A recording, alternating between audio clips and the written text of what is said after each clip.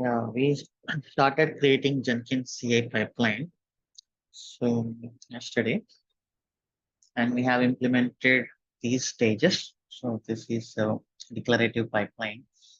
First, we are doing installing the dependencies and running the unit test cases and Sonar scan. So after that, now we need to. So what are the stages generally in any CI process? Okay, any language. First thing, cloning is already happening here. Cloning is already happening, and then build or first of all install dependencies. Install dependencies and then unit testing and then scannings, all type of scannings you can mention. Yeah, so these are scanning is mostly theoretical concept, except the thing yesterday we tried, right? We need to install the scanner CLI in the agent, and we will have scanner console. The CLI will analyze the code and it will upload the results to the console. So in the console, we will have quality gates implemented. Okay, that is the scanning and Sonar scan we checked out, and we will implement after that image scanning and then one SASH and OSS scanning. I'll try something in internet, and after that, mm, this is what now we need to build. So this build is nothing but creating artifact. Okay, so in case of Java, the build files are called as jar files, and then others are zip files. Okay, so we need to build and we need to upload artifact to Nexus, some repository generally. So this is nothing but Nexus or JFrog, whatever it is. So this is once it is done, generally we can go for deployment in dev environment and then run functional testing and end the pipeline. So what is this process called as shift left? Okay, when you are giving interviews, you can tell this process. Shift left DevOps. So how should you tell? So I'm a DevOps engineer. In our project, we are implementing the shift left strategy. So what is that shift left strategy? So just type here, shift left in DevOps, application security, and then as well as the application functionality actually. So generally what will happen in olden days, we will deploy to QA environment or pre-prod environment, and then we were going for testing. So here, if any defects comes, again development will start.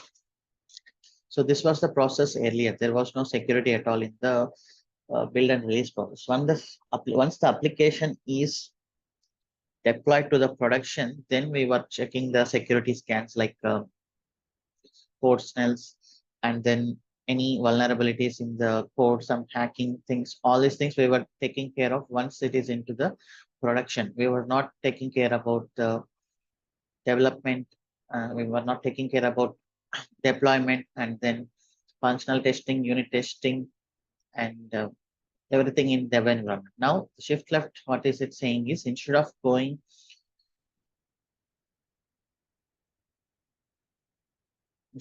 to production and then taking care of the testing, scanning, you have to do it in the early stages of development itself. Okay, so this is continuous testing, shift left testing. So we are moving the process from after the deployment to at the time of development. Okay, so just read this. This is a theoretical process only. Okay, you can see SASH. SCA is nothing but our open source library scanning, dashed, and something another kind of protection, container scanning, firewalls. So everything we are testing at the time of shift left. You can move any possible process into the development stage itself. That is called shift left. So this is our shift left process. Okay. So I need to tell this confidently in interview. This is about theoretical knowledge. Then you will get obviously good advantage. Okay. So as part of our shift left process, now we have to build and then publish the artifact to the Nexus. First, let us implement the build. So build is nothing but we need to zip it. Okay, so we install the dependencies. First, let us see what is there. I'm commenting this Sonar scan. So that should we anyhow implemented. So once you practice that, then that is good. No need to practice again and again. So we will say build. I'll just see what is available here.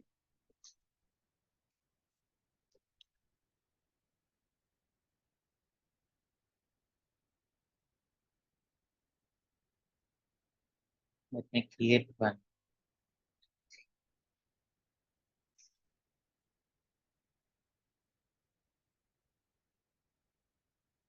folder that is RoboShop.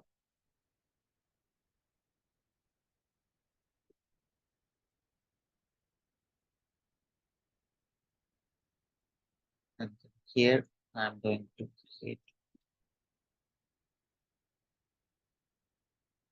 new item, and this is catalog pipeline as of now.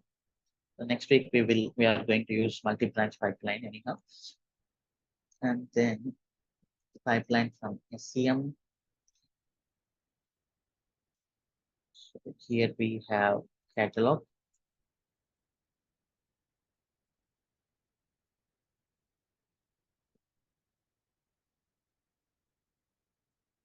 If it is a private repository, you can try once with private repository also. You need to just add the credentials like this, okay? But for now, we don't have any credentials, and Jenkins file, apply and save. This is all.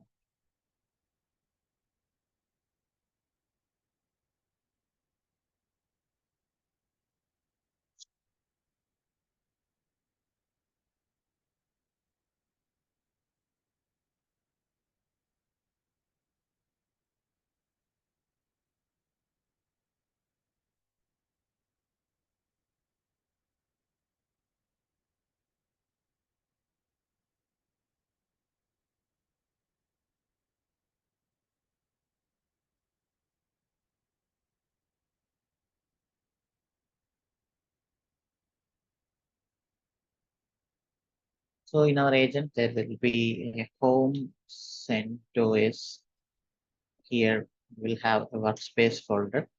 Here you can see RoboShop and then catalog.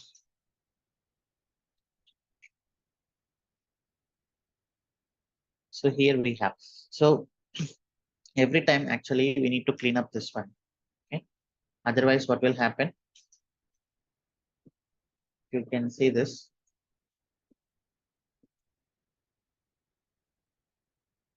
So it will be working on the same folder. So it's generally a best practice to clean up once you clean up the workspace. Clean up workspace Jenkins pipeline. Okay, so you can have something in a post section.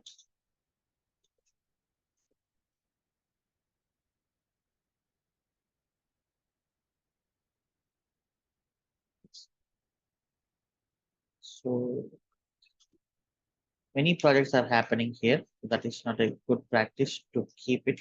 Let me see what is it in temp folder.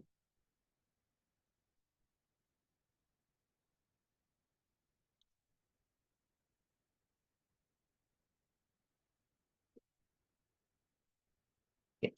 Anyhow, our responsibility is to clean it.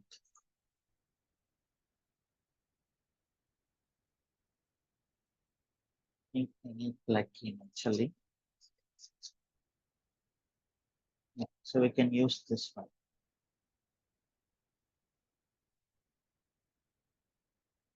Delete directory. So it should be at post section, and then always delete directory. Let's try one micro statement, cleaning up workspace.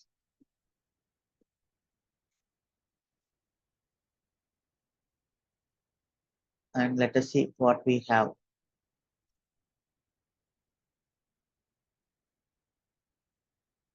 So we have our node modules. So this is where all our installation dependencies are installed. So now we need to zip our server.js and then package.json and node modules. Generally, our application to work, for our application to work, we need to at least zip these things. So when you zip it and publish it to the Nexus, you can download anywhere, any VM, and then you can directly run our what is the command? We have our documentation. So we have pin node app server.js, right? So if you go here, any Node.js application, here there is a command that is running our application, pin node. So you should have Node.js installed in that VM, and the script path is app server.js. Okay, so this is what we are running. But to run this successfully, we should have this node modules. That's what we were doing earlier. Node install, npm install. Okay, npm install. But we are already doing this in as part of CI process.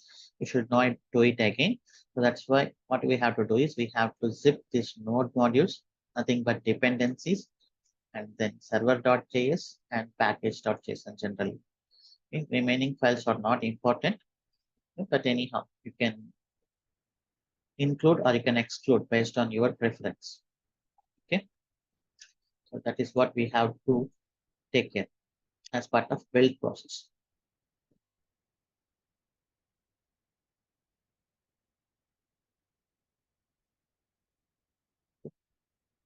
Now this build, I need to zip it. Jenkins zip function to zip the files.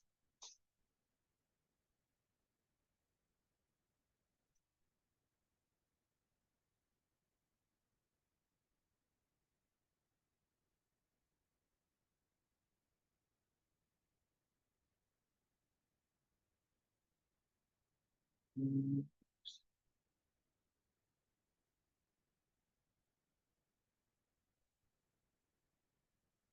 this pushing artifact. We'll anyhow see the pushing artifact.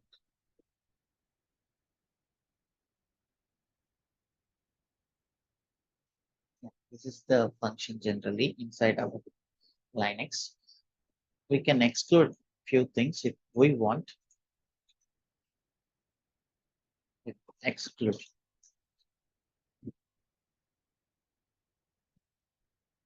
It's a command line actually, command line in our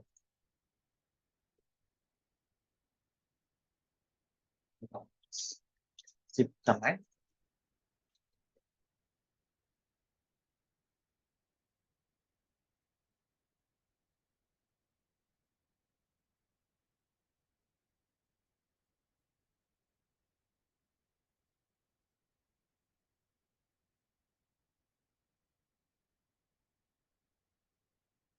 You can use -x to exclude.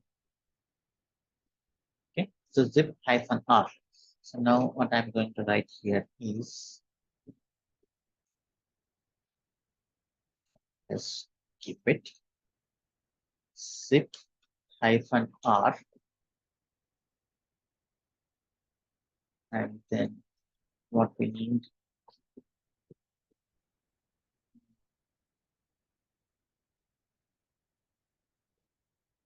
basically You can take everything, but we can exclude.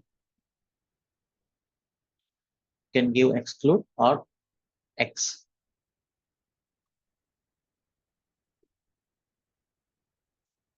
Okay, first, let us see what we will get it. And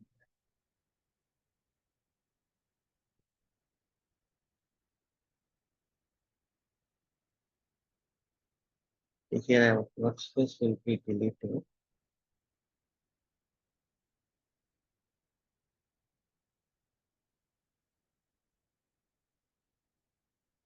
For now, I'm going to comment this and I'll show you what is the problem. You need to understand that problem to write this properly. Basically, I'm zipping everything, but I need to exclude .git. Okay, it has .git folder inside because it is Git repo. So let me push it. And then we go into the workspace and see what is there. Later we can delete.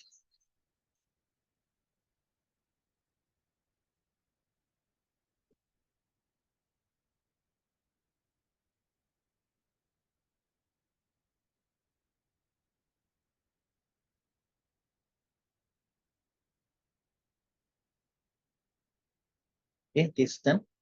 Now let us go and then just check CD Shop catalog.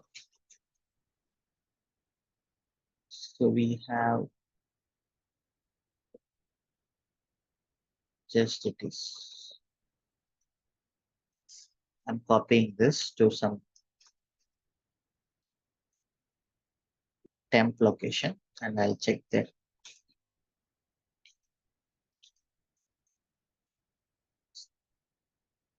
And zip Jenkins file.zip. Okay. Here you can just see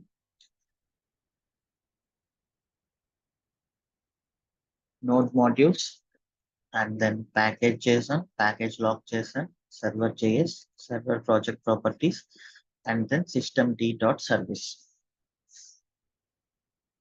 Okay. So now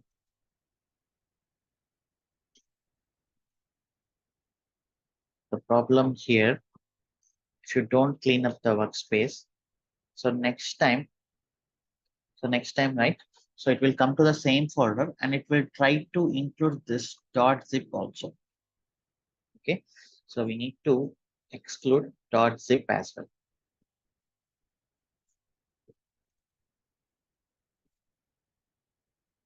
Generally by mistake, if you forget to clean up the workspace, in our next build, it will try to include this one as well. So that is why generally, so cleaning up the directory is the best practice, but still as a safety measure, you can exclude the zip also. Okay. So it's fine if you have Sonar properties, not a problem anyhow.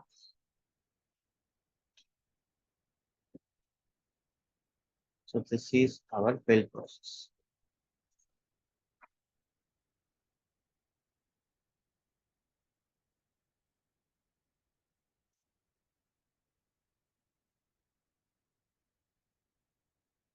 Okay, is done. Zipping is done. We have it available in the workspace, but now we need to push it somewhere. Publish artifact. This is publish artifact. Okay, where to publish? Generally, Nexus is the popular software for artifacts. Nexus repository.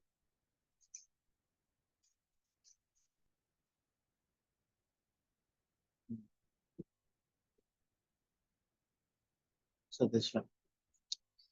Generally, we call it as Sonar type Nexus. So you know Git. What is Git? Git is also a type of repository, but our intention here is to store code. If you try to store .exe, .jar files, and then .zip files into the Git, generally it will not allow.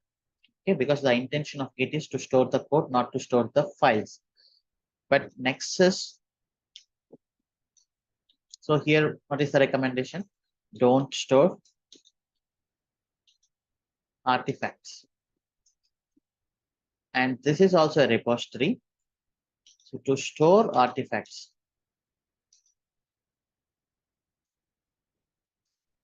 with versioning generally, and here also versioning is there to store code with versioning,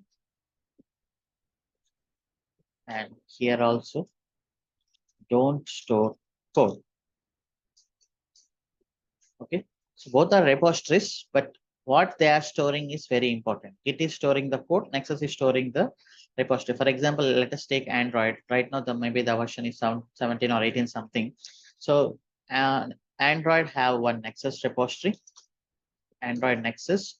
So there they will store Android entire software generally .zip 17.0, and earlier versions also they will show Android.zip 16.0.9 something. So like this, we have to keep a track of our entire application in a zip format into the Nexus repository. Okay, so that you will have track. So maybe so your software is giving a lot of defects when it is released to the customer market. Okay, so when customer installed your software 17 version, but it is giving too many defects and his operating system or his system is not compatible, he has to downgrade to the 16 version. So how he can downgrade? You should have this file obviously available somewhere in your internet Nexus repository so that he can download and then he can install this version. Okay, so any software you take, it will always have the previous versions available. For example, let us take Tomcat. So you can see there will be previous versions always available. Tomcat 8.5 and then Tomcat 8, Tomcat 9. Okay, so all the versions are available. You can see this.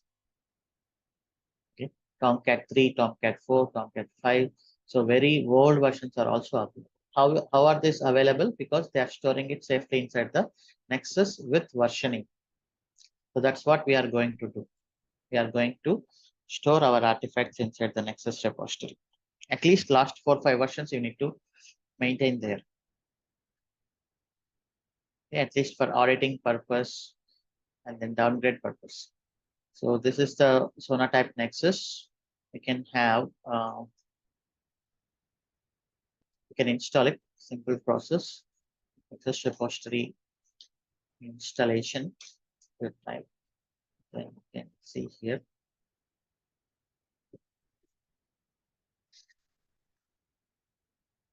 Run as a service. Okay, you can download the tar file and then you can run it as a systemctl service. Okay, so the same thing we already did that through our installation scripts. If you want to try, you can download that generally distribution archive, right? Here it is a distribution archive. So you can download Unix archive and just follow this. Run as user and then just follow blindly these commands. And finally, systemctl, you can start like this. So now we are going to launch one instance for Nexus.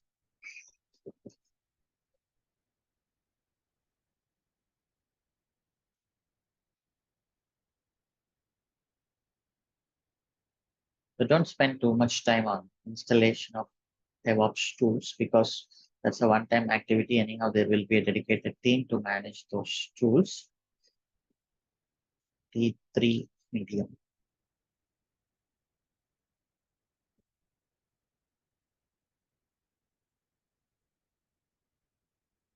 All giving 13 GB and then launch instance.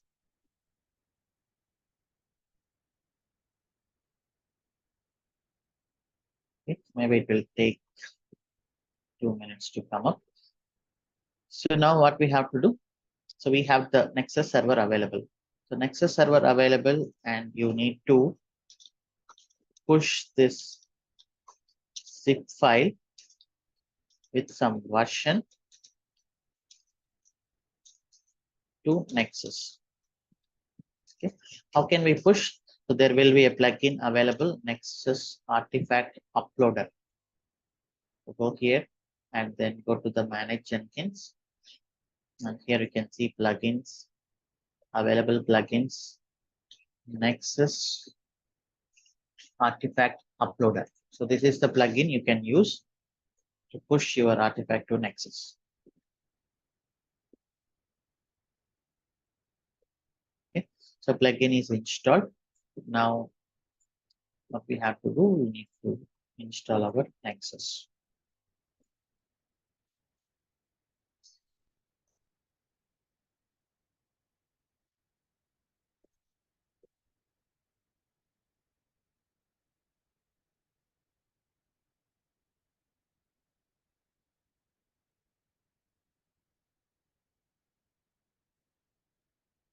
That is lab R2 for us. Nexus is 39.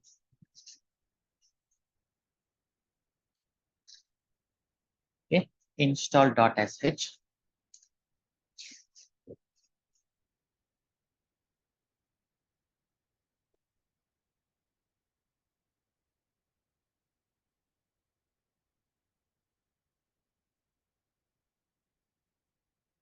So again, Nexus need Java, so we are installing Java in the background. So you can always visit this script, what it is doing through this repository. Okay.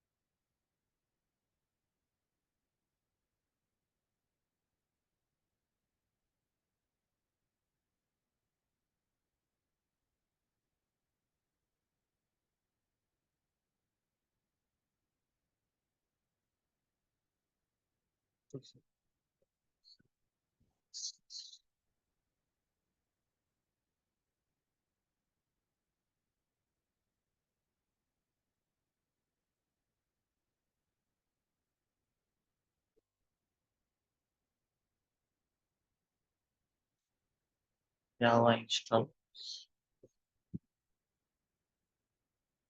and a dedicated user. So again, the same thing, downloading Nexus and then extracting. So as mentioned in the document, so editing the nexus.rc file and finally doing this.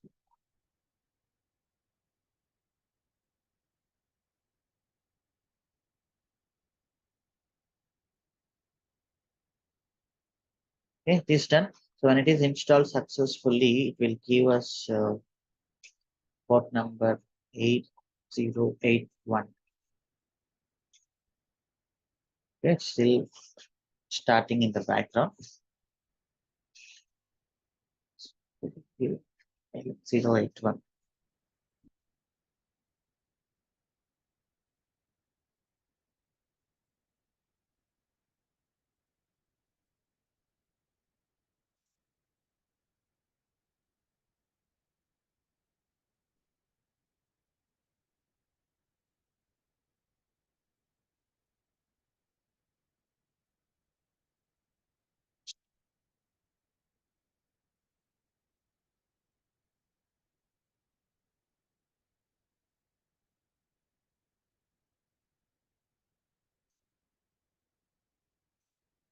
Okay, so let us give a name here generally, but with version we need to give. For now, I am giving catalog.zip. Okay, so otherwise it is taking its any random name. So it is going to create catalog.zip and excluding these directories.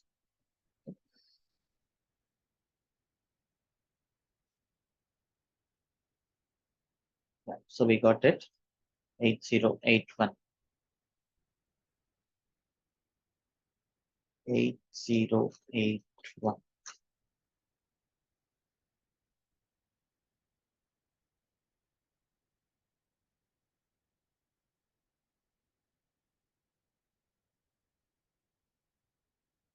Admin, and the password is in this directory. Admin password. So let's get this.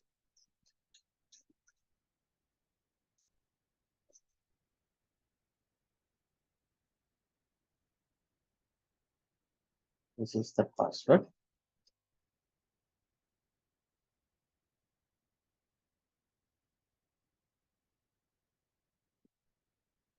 New password admin 123. Admin 123. Enable anonymous access. Yeah, so this is the repository. So if you just see here, there are few repositories already. So mostly they are in Maven 2 format for Java projects. And then this NuGet is for the dependencies actually. So generally we have npm install. So where is it getting dependencies? Dependencies are from Node.js repository through internet. Okay. But here generally companies, so they can have something like NuGet.org-proxy. So what is this doing here is, let's go to the settings, repositories, and then NuGet org proxy. This is your organization repository, and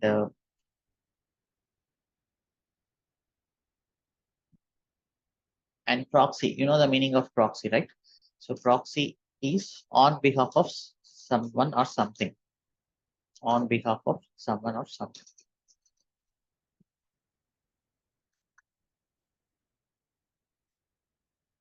So this is the meaning of proxy. So when inside the company organization, generally you will run npm install, but your systems are not allowed directly to connect to the internet. So your systems are configured to connect with Nexus, NuGet, or npm, whatever. NuGet is for .NET, Nexus, npm, proxy repository. Okay. If available here,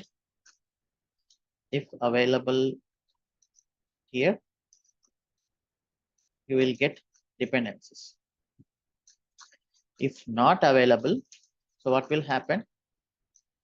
So this goes through secure internet connection through proxy. Okay, so that is what the proxy is, this one. Okay, you can see location of the remote repository. So this is the from the NuGet. Similarly, we will have, you can create the Maven, Maven central proxy. You can see this. So this is calling the Maven central repository. Okay, so our laptops are configured to connect with our company's proxy repository, because many laptops are getting downloaded, right? So like we have 1,000 employees, everybody is started connecting to the internet, or bandwidth also is a problem. Maybe all the teams are using the same kind of dependencies, right? So like all Node.js are using same kind of dependencies. So every time we need to connect with our internet. So that will increase the traffic and increase the database, bandwidth, increase the power consumption, everything will be increased. So that is the original advantage of proxy. Okay, instead of connecting every time to the internet, let us keep it and download it in some location, so that from here the latency will be very less, because it's our company internal network. And then when something is not available here, then this proxy will connect with the central repository through some safe internet connection. Okay, so that is the meaning of proxy generally. So now we are going to have, so go to the settings and go to the repositories, create a repository. Create repository, that is Maven2 hosted. Why I'm selecting this Maven2 hosted is,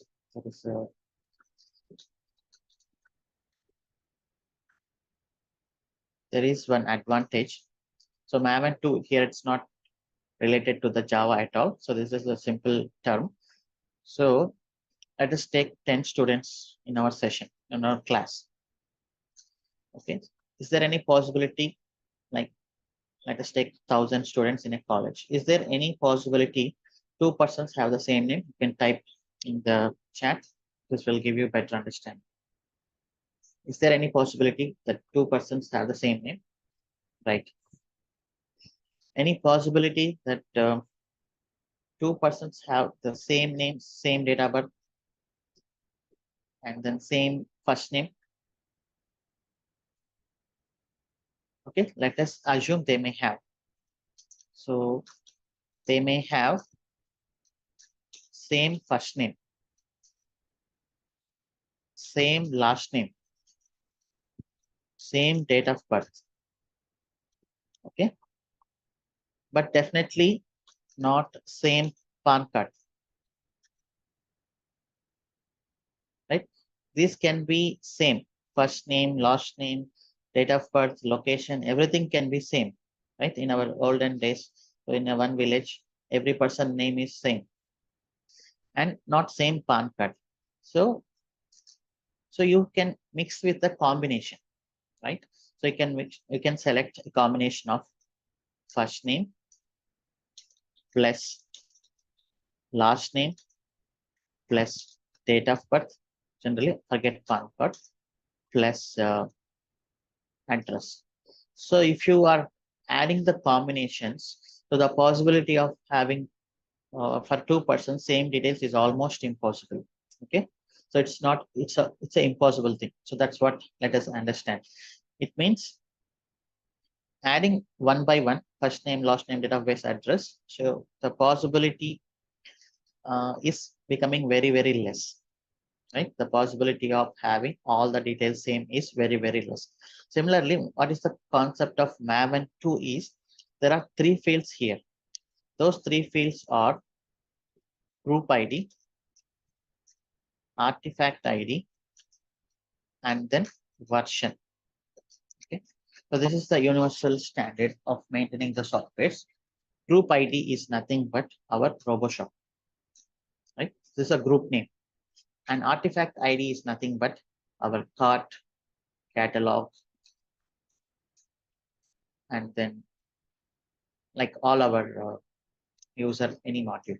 Version is nothing but what is the current version, like 1.0.0 or 1.0.2.0.0, like this. Okay, if you don't include group ID, so another project may be there, like you are handling another project inside TCS, that may be Amazon. So they also have same cart, same catalog, same user, and Flipkart, they also have the same. Right now, if you combine with the group ID like this one, inside RoboShop, there must be only one cart, one catalog, one user, right? And it may have different versions, like one was the first version, second version, third version. So if you include these three, so you can achieve the uniqueness of a software, which company, what is the module, what is the version. Now, if you see here our Terraform also, so it is storing in the same process. Inside Terraform, let us take the providers. Okay. Here, maybe you cannot see this. Let me go to the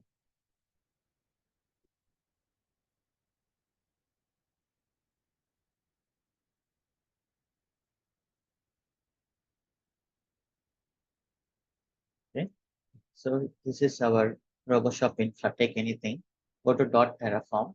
Here you can see the same structure providers. So this provider is from registry.terraform.io, and inside the HashiCorp and then AWS, and you can see the version, Windows, and this is the final file. Okay, so they are including the combinations like registry.terraform.io, .hashicorp, and then inside that AWS and this version, and this is the Windows version. So now what will happen here for our software is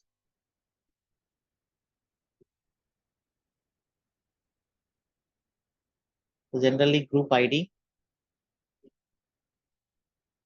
is mentioned generally as com.roboshop. This is the general practice. Okay. Our website is roboshop.com, but while mentioning a group ID, it is a reverse com.roboshop. And this it means it belongs to the roboshop.com company or project or website. And this is the module and this is the version. Okay. Since they have multiple Windows, Linux formats, they are maintaining like this. Okay, if you also have if you are also developing a software with Windows or Linux, then you can mention that inside here, com.roboshop.linux, or you can mention here cart.linux or cart.windows, an example, but this is not a standalone software, right? This is a website. The website will not have Linux, website will not have Windows separate versions. The website will work as same any operating system. Okay, but any desktop related softwares, if you are developing, then you will develop like this cart.linux, cart.windows, cart.ios, something like that. Okay, so finally, you should understand group ID, artifact ID, and version are the mandatory things while pushing your artifact to any Nexus repository if you're using Maven 2 hosted, and that is the best format to maintain the repos. So now what I'm going to do here is I'm going to create one repository for catalog, and then version policy can just use it as a mixed snapshot, and release we will understand it later. Just use it as mixed layout policy permissive, and then so you can uncheck this, allow redeploy. So if you keep disable redeploy, what will happen is you cannot push the same version software multiple times. Okay, like if you push, so if you keep allow redeploy, then it will allow the same version can be pushed multiple times. Okay, so that's it. This snapshot and release is snapshot. The meaning of snapshot is for the development, and release is the production version. But now, so let's go and then create repository. Okay, and come to this one, browsing, and here if you try to upload, so you can see you are getting this catalog. You can upload the file from your computer directly. Okay, but that is not our intention. We want to upload it from our pipeline. So our repository is created. This is the URL. Okay, so now let us get our package uploaded through our pipeline. So that is it. Nexus artifact uploader. Okay, so this is the example.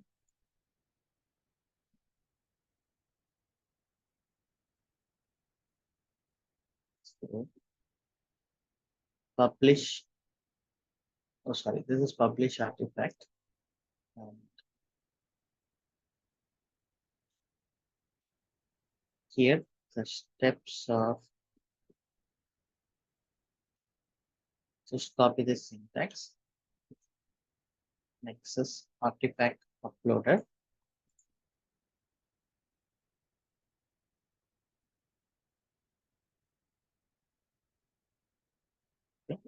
So Nexus, it is Nexus 3 HTTP. And what is your Nexus URL? So this is our Nexus URL. Group ID, I'm going to make it as RoboShop, com.roboshop. Version for now. So right now I'm just hard coding these versions, but later we will get it automatically. 1.0.0, and the repository name is catalog. Credentials. What are the credentials? Now we need to store our credentials. Manage Jenkins, and then credentials. And here, let us not domain. Let us go to global credentials, add credentials, and admin 123 Nexus authentication and ID. Okay. This is what we have to give. So this plugin, it will get these credentials, it will authenticate to the Nexus server, and it will push artifact ID, this catalog, and then classifier is not required, and we have our catalog hyphen catalog.zip, right? So this is our file, catalog.zip, and this is going to be a type of zip file.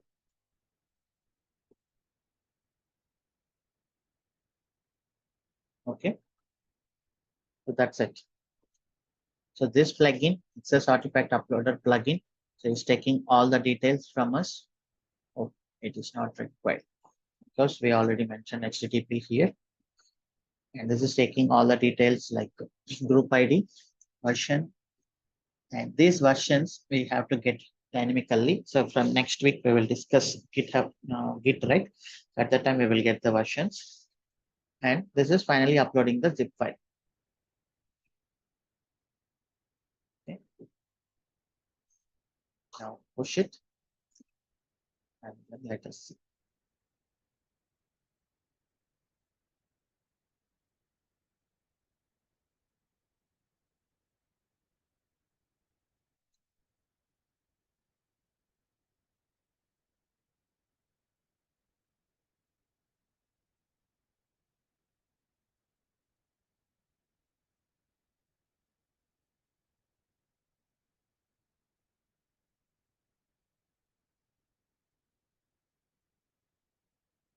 It is saying uploading artifact, group ID, artifact ID, type, version, catalog.zip.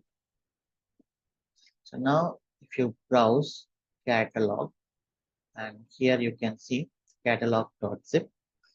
Now this is the URL. Okay, so anybody can download it. For example, so let us incognito window. You can see I can download this.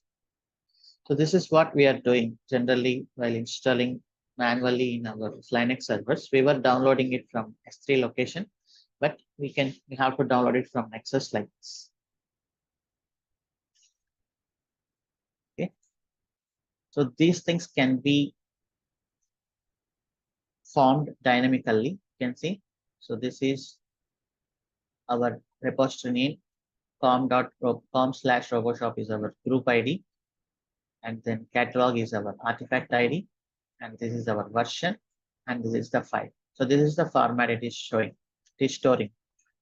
So inside Nexus repository, there is a catalog Maven 2 hosted, and inside that com RoboShop, and then artifact ID is catalog, and then version is 1.0.0, and it is 1.0.0. This is the zip file. Now, next time when you are upgrading the software, actually we will give it 1.0.1, and then push it. Okay, just assume this will be anyhow next week we will get the versions automatically. Now if you push,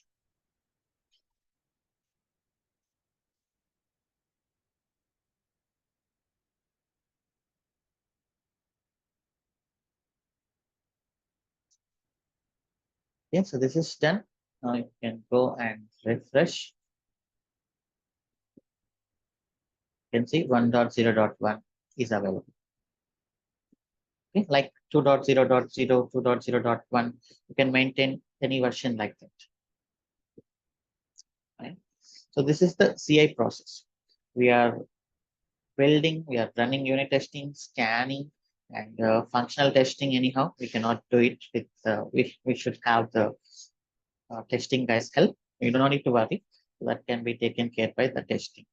But you can set in the interview. So we have all types of testing like unit testing, and then we will see after the deployment how the testing can be done theoretically. Okay. This is the CI process.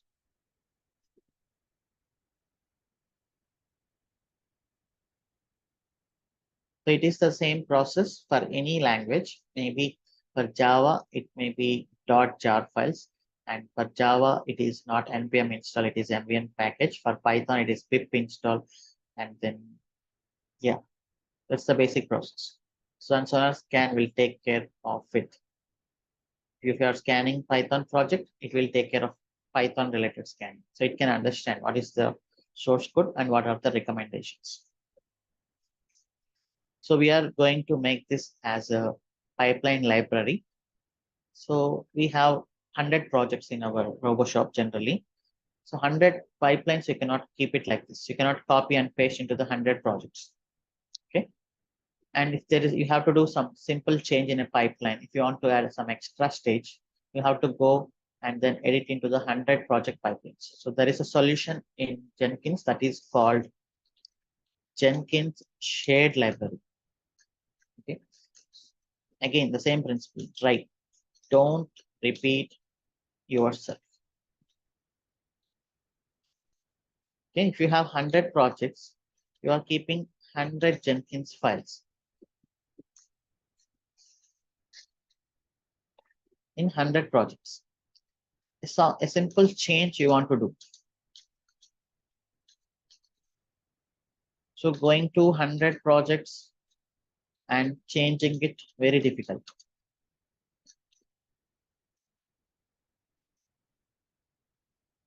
Okay. So what is the drive principle says? Change in one location that should reflect everywhere.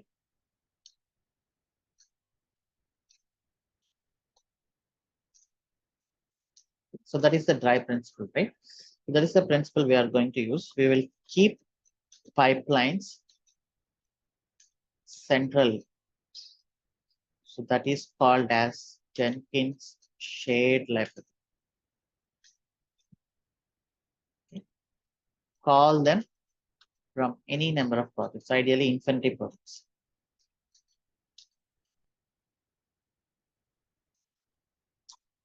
So this is the best feature of Jenkins, and you should emphasize this in your interviews. Okay, you should confidently say we are using Jenkins shared libraries.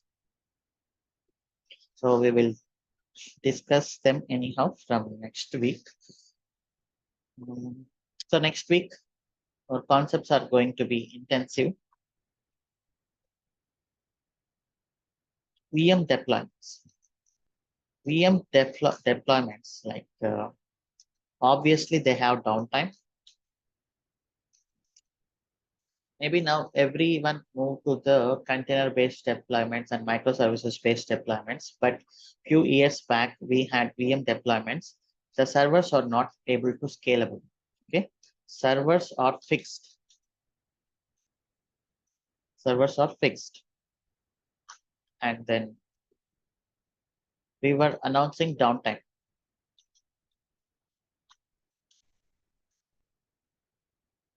Okay? So once our package available in Nexus, what we were doing is manually. So log into the servers, or use some tools. Some VM deployment tools are there, Octant, something. So what these VM deployment tools will, how these VM deployment tools will work here is,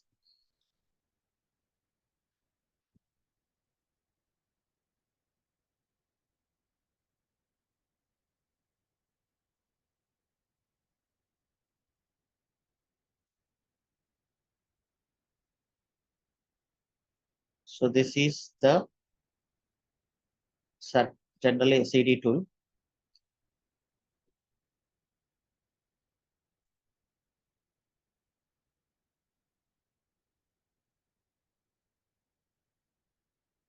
This is our VMs.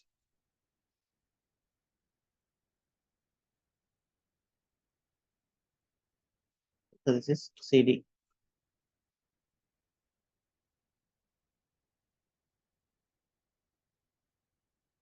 Even now, many companies, legacy companies, are using this VM1 and then VM2, VM3. For example, assume these are your production servers. Okay.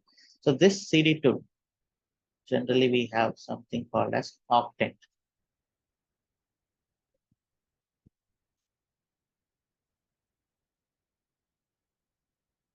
So they will have agents in every VM installed.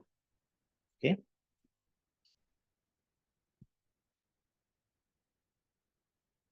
So, and this tool is connected with that agent.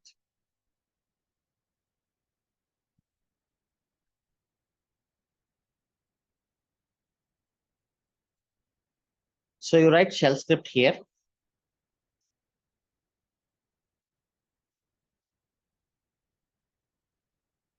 Okay, write shell script. So what the shell script will do is first stop the server. Okay, like systemctl stop cart or catalog.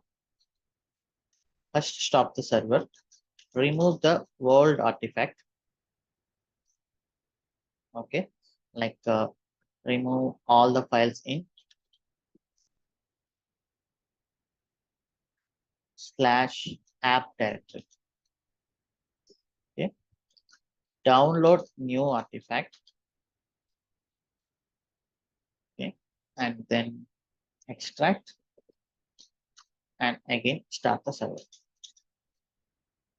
So you will write this kind of shell script, and then from here, this CD tool will push this,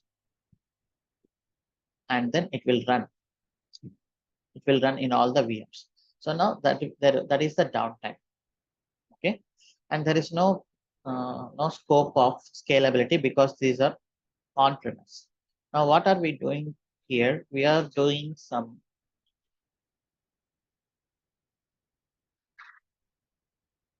We are in a cloud environment. Cloud VMs. We have cloud VMs. So we have a possibility of here auto scaling. Okay.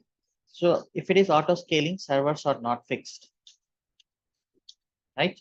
You know, we are implementing auto scaling. Anytime your server will be terminated, anytime new server will be created. Okay. So this kind of environment will not work in cloud environment, and that is not good also. If you want this kind of environment in cloud, you don't need to opt for cloud. So cloud is completely dynamic. Okay. So how our deployments can be done here is you first create one instance. Okay, so this is somewhat complex process. If you want something, you need to. So this is obviously legacy. VM deployments are legacy. If you still want to go with VM and that to auto scaling, you need to do some kind of more work. Create one instance and then do all this process. Okay. Do the below process.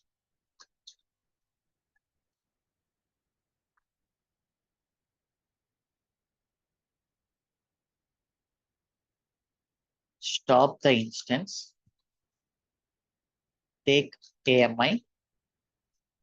Okay, create AMI out of the instance and delete the instance once the AMI is taken.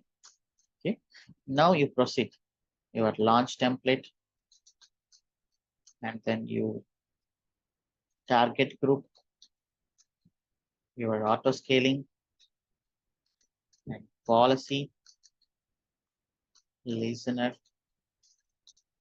So you follow this process like what we have done last week. Okay, so you follow this process. Now what will happen? So you got the new AMI that has the new code.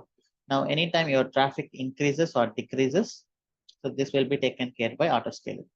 Okay, so the only extra step you have to do is create one new instance and install your latest server, latest version application in it, stop the instance, take the AMI, and then create all these things. So now your application at least will be handling some traffic dynamically inside the cloud environment. So inside the cloud environment, no one will suggest the VM-based approach, but still we need to understand that. So what we are going to do is for next week, for one application like catalog, look, I'll show VM cloud automatic deployments with auto scale.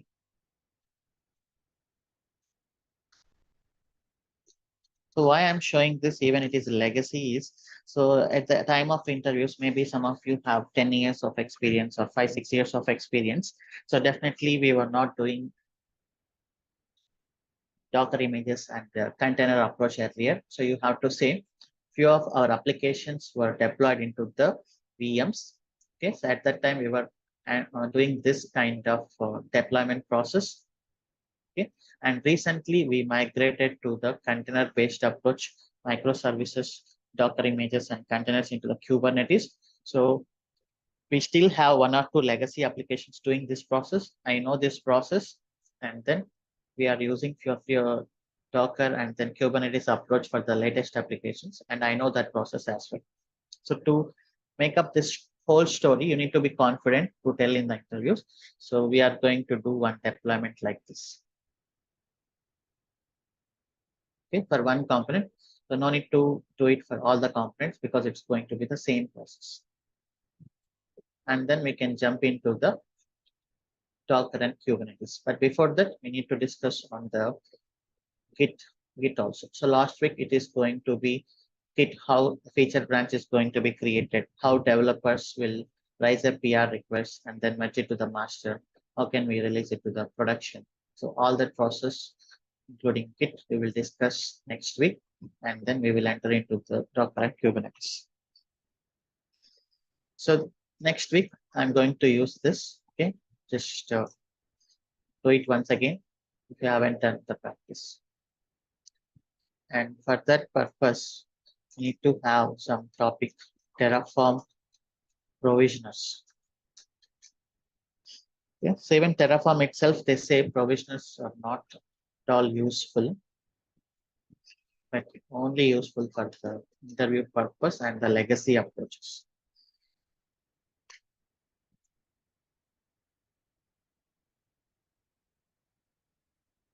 So say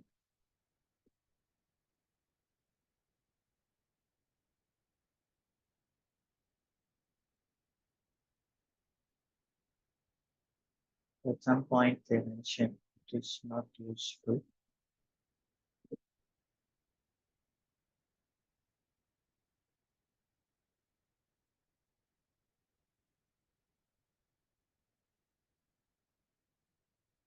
Okay, you can see.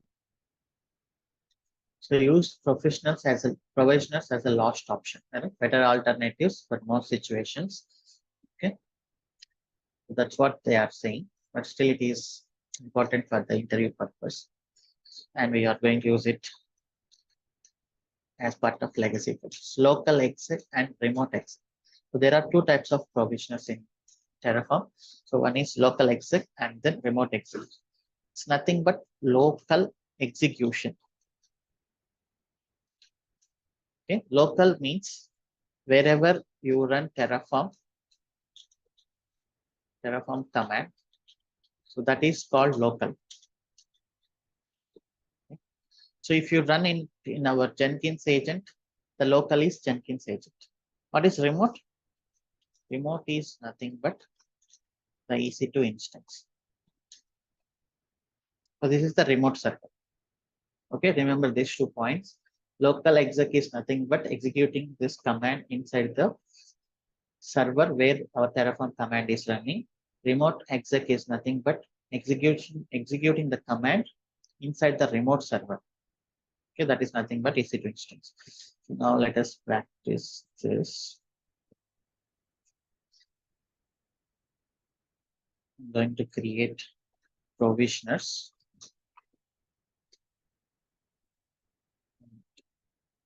Let me take one provider.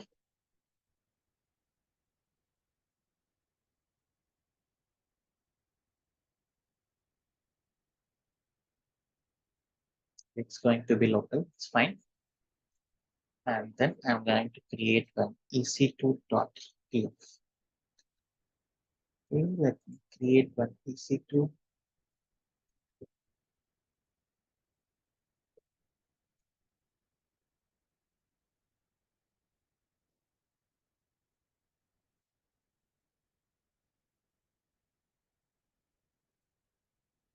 Provisioner.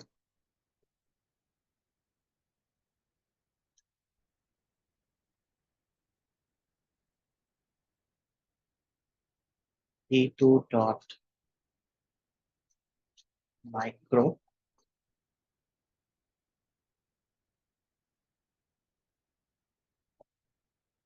This is our AMIT. Just hard coding it.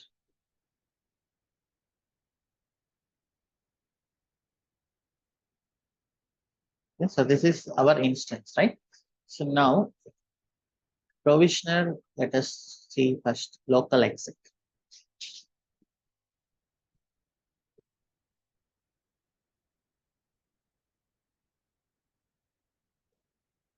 This is a simple thing.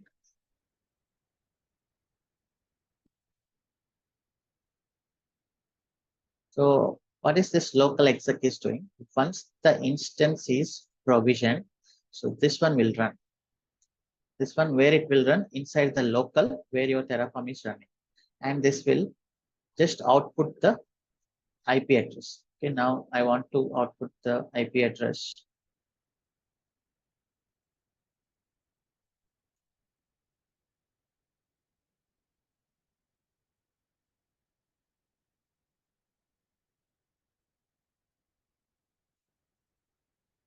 To store it into a file.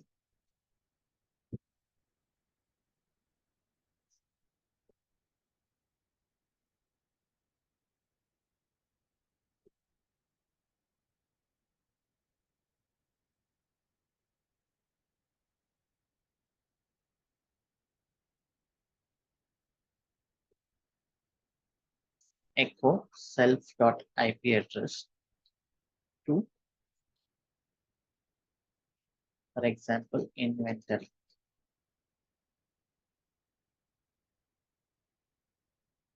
Okay, so I'm creating a file inventory and then I'm pasting the private IP address.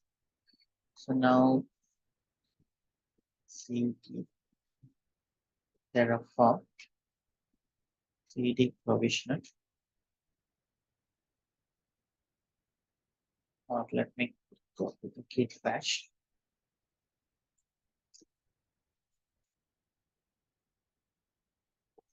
cd slash DevOps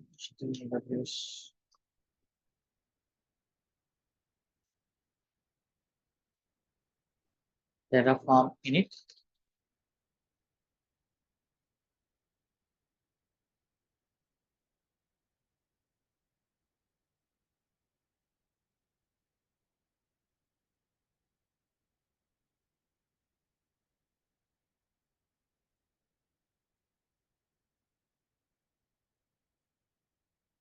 Terraform plan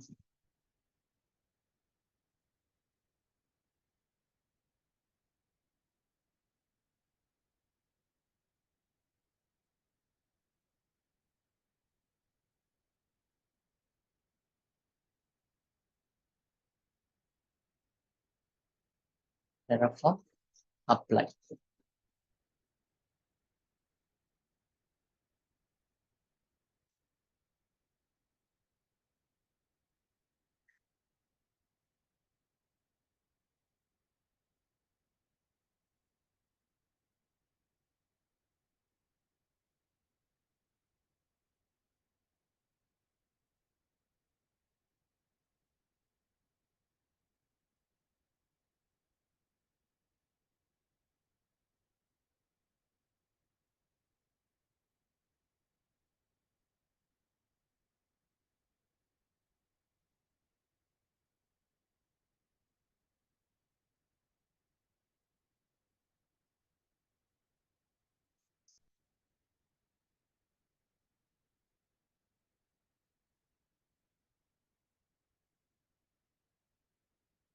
Instance is getting created.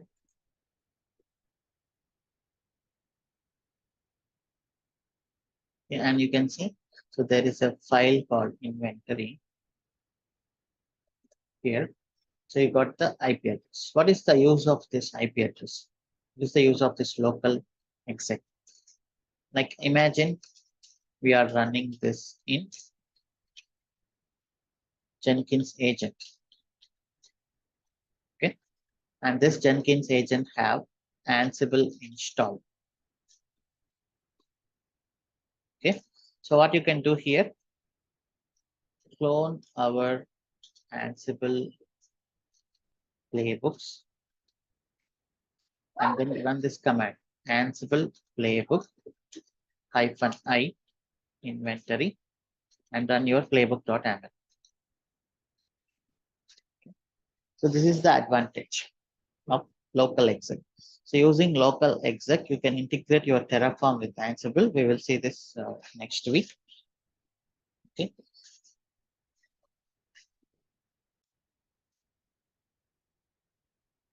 So you will get this question: what is local exec? What is local exec in Terraform? Local exec, we can run few commands on the instance creation. Post instance creation, we can run few commands locally. For example, we can run Ansible playbooks. We can get the IP address of the instance created, and we can target that instance, and we can run Ansible playbook.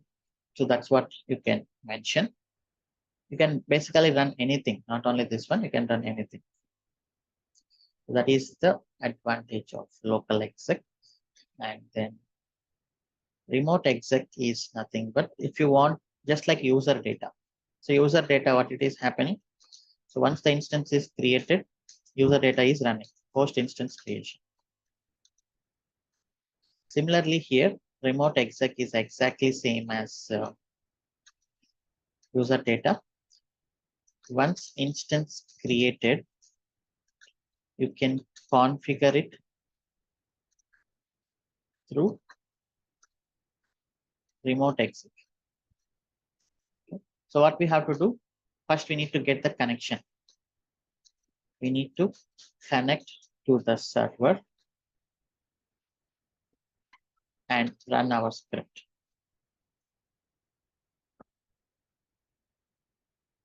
Okay, so user data is the AWS feature. Okay, it's not Terraform feature. So user data is AWS feature. You are telling AWS to run this, to run few commands after the instance creation. But remote exec is not AWS feature. It is the Terraform feature. Once the instance is created, your Terraform can connect to that server and run our script. Just like you are logging into the server and running your shell script. So the same thing. I'm going to do remote.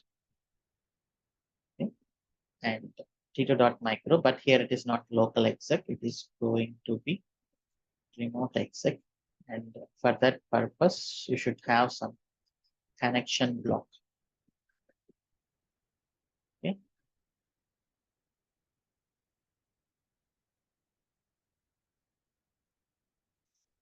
Here there is no, yeah, here you have remote exec. You can see there is some connection. And this is such CentOS and you know the password is like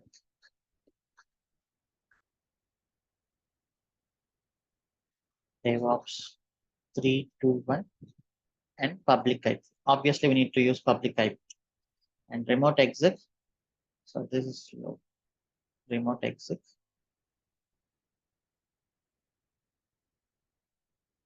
Can run commands like sudo yum install nginx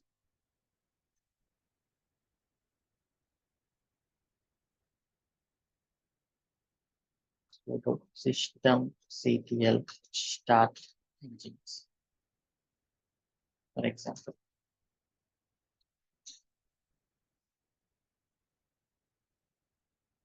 And then security groups. Let me just get the security group for the testing purpose.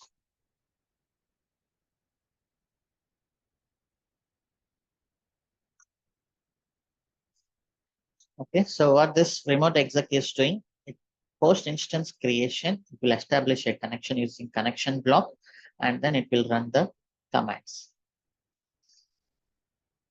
Okay, you can write it a shell script and you can call the shell script also. Now let us apply this.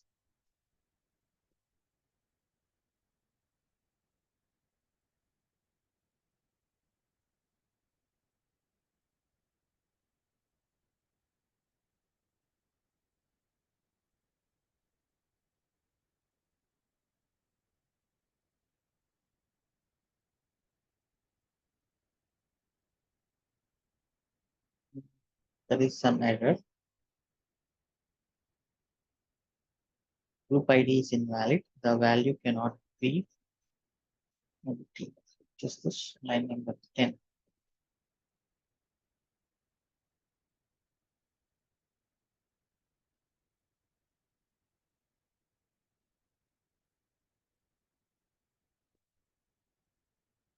Invalid parameter value for parameter group ID is this.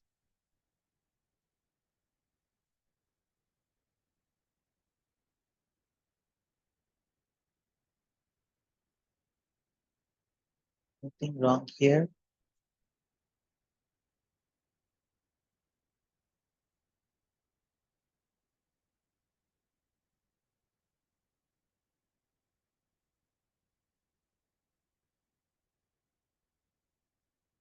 Additional remote exception.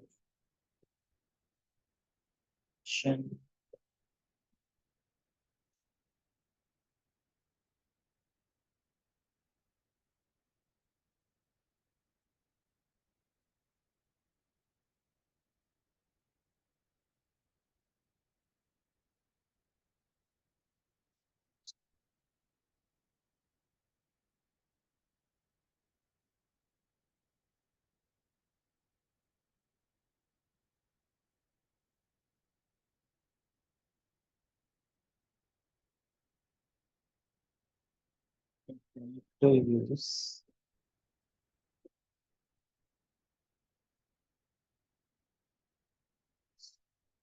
If you are giving security group, you should give the VPC also.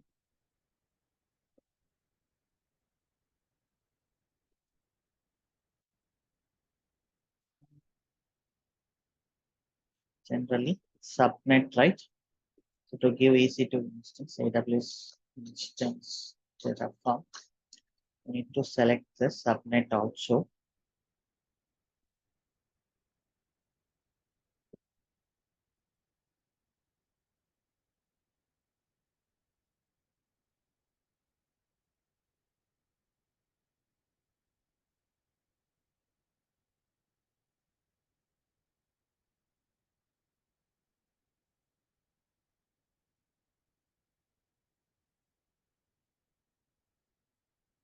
The subnet ID. So I'm just hardcoding. Our intention is to understand provisioners, not this one. So let me take the subnet ID.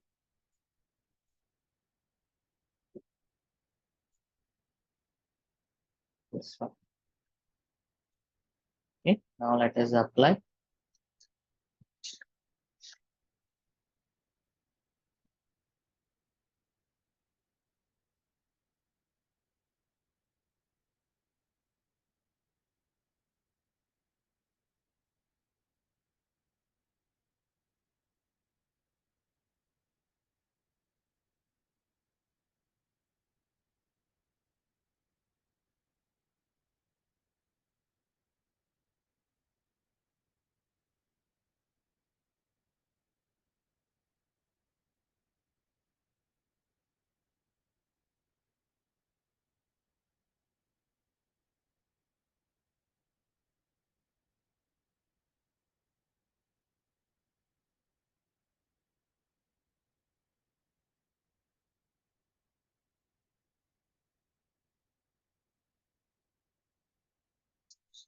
Okay, now you can see it is trying to connect.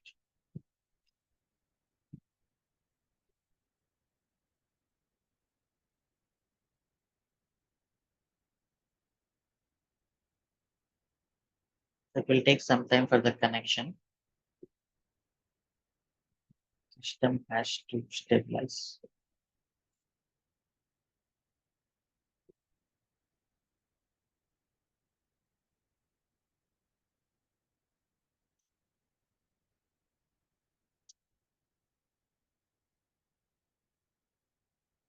You can see it's connected.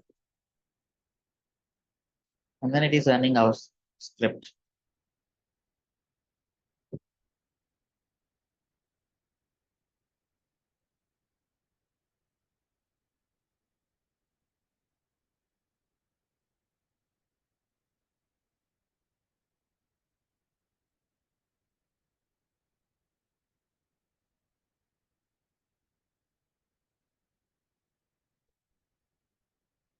It says that it's done.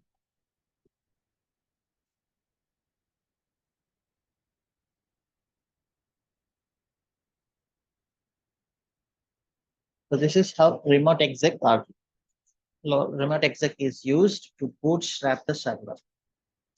So this is what you can say in the interface. Okay, so that's all for today. So next week, whatever the concepts we learned in all these days, like 41 sessions, whatever the concepts we learned, now we know how to create infrastructure, how to write playbooks. We know few concepts. We are going to keep all these, standardize these all concepts, and then we are going to discuss about the proper release process of any application.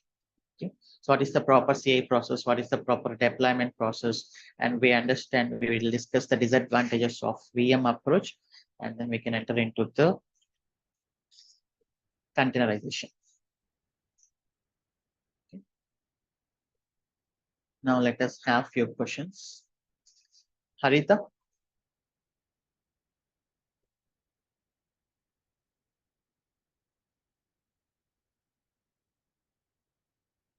Harita, you have some question, you can unmute.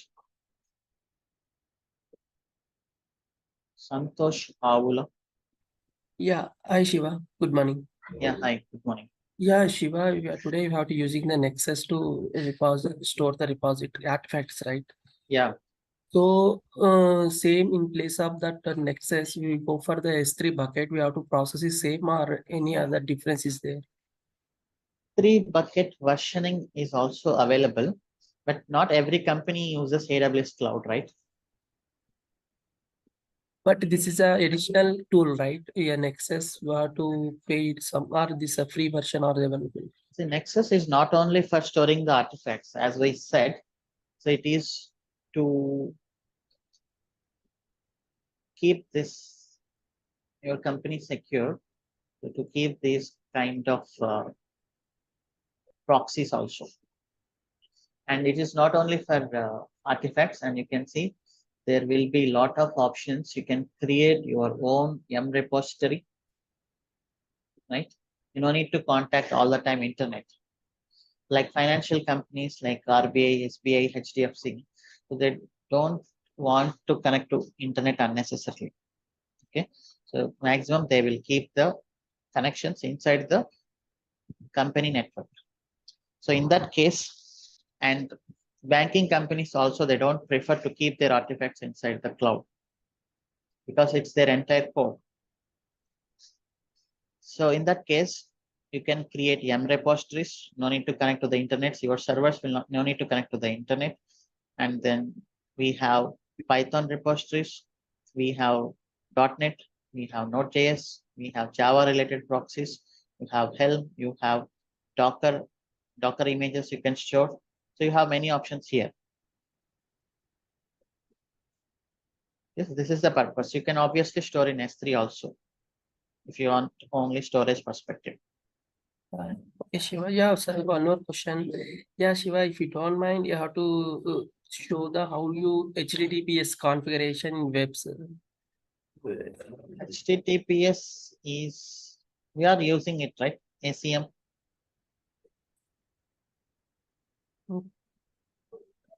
Used already with the ACM to our public load balancer. So you want to see how it will happen manually. Is that what you want? Yes, yes. Okay. So one day we will see how can you submit CSR certificate signing request. Yes, sure. Thank you, Shiva. Yeah. Srinu.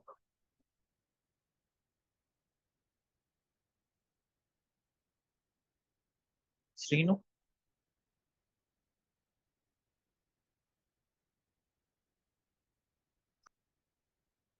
Harita, Srinu.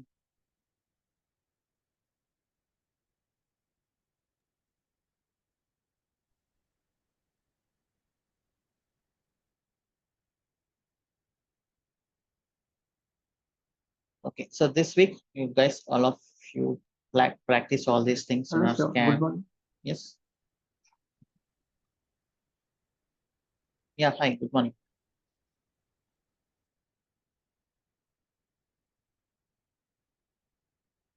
Hello. Okay, Janardhan. Yeah, hi, sure. Good morning. Yeah, hi, good morning. This provision of remote EXEC and the data, user data, these are, it's not so clear on this. Can you please give us a little more difference between them? Like when can we use user data? When can we use the remote EXEC provision? So this is Terraform. This is Terraform concept. User Okay. data, what you are not making any connection. Mm-hmm. Right? Okay. User data, you are not making any connection. It's AWS responsibility. Remote exec is you have to make the connection. That's the only Okay, difference. but end of the day, both are doing the same job, right? So Both we are are doing the same job, yes. Okay. Mm-hmm. But I see one advantage here. There is something like can fail it.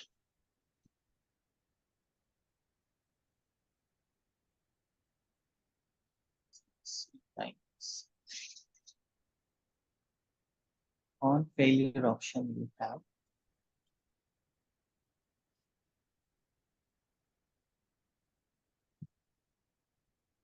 So on failure fail. So what it can do is user data can be success or failure. But if this remote exec, whatever the script you are giving here, if user data is failure, will your instance will be created or not created? I think it still creates. It still creates, but you have an option in remote exec on failure. You can still fail the Terraform.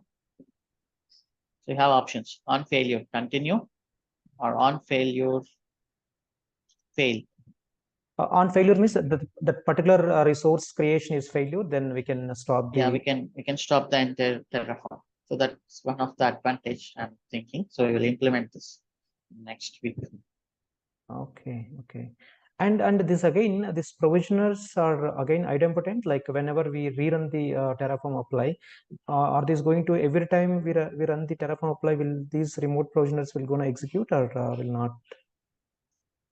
Your server is creating again, then obviously it will execute. If your server is not creating again and again, then it will not So whereas in the case of user data, so it will not be, because that configuration, if the configuration is already available in the server, so it will not gonna recreate. So the matter is this one. If your instance is already created, Mhm. then there is no point of user data or remote exec also. If your instance is creating for the first time, then that will not execute. Okay, I am just thinking a scenario where the instance is already created. We made small changes in the as part of the provisioners block. So in that situation,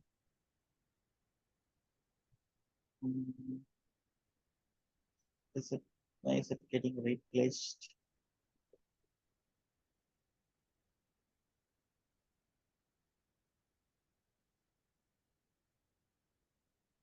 That case, you want this one. So you don't have connection, and then you added a connection right now. That's what you mean, right? no, So you don't even have connection earlier. yep, You don't even have connection connection earlier. previously also connection was there. You're creating the instance. Yeah. Yeah, you're creating the instance. Mm-hmm. Instance is created, and now you added the connection.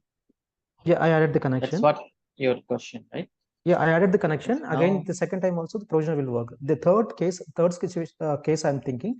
So I already made small changes as part of the provisioners block. Okay. So in terms of user data, Mhm. that will not affect. Okay. So if you change just user data, then your instance will not be affected. So it is the same. Maybe it says it's in the Terraform documentation. So changing the user data seems the instance is affected, but it will not affect. Okay. Updates to this field will trigger a stop or start of the instance by default. If the user data is set, then updates will trigger a destroy and recreate. So there is an option now. So updates to this field will trigger start and stop of instance by default. Okay, it will stop and then start. If you change the user data, the instance will be stopped and then started. Okay.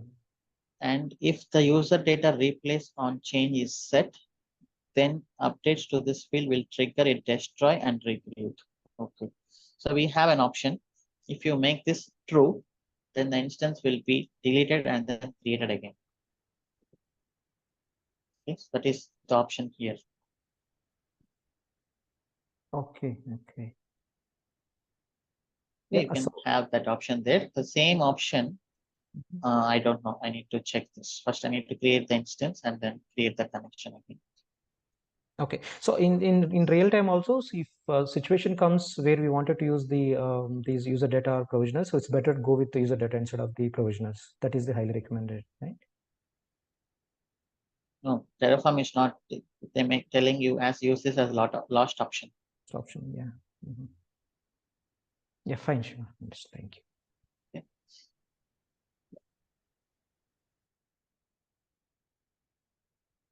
Any other questions?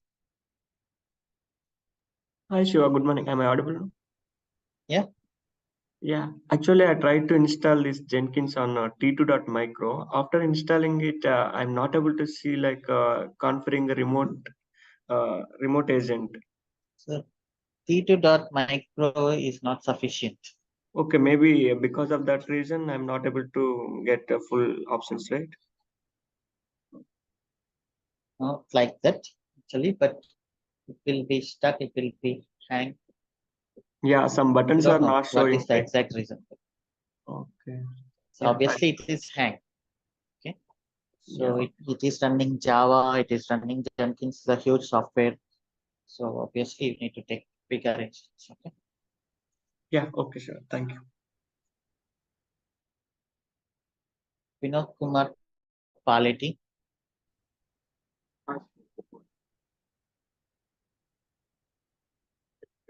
Vinod Kumar Paleti. Hi, sir. Yeah, hi.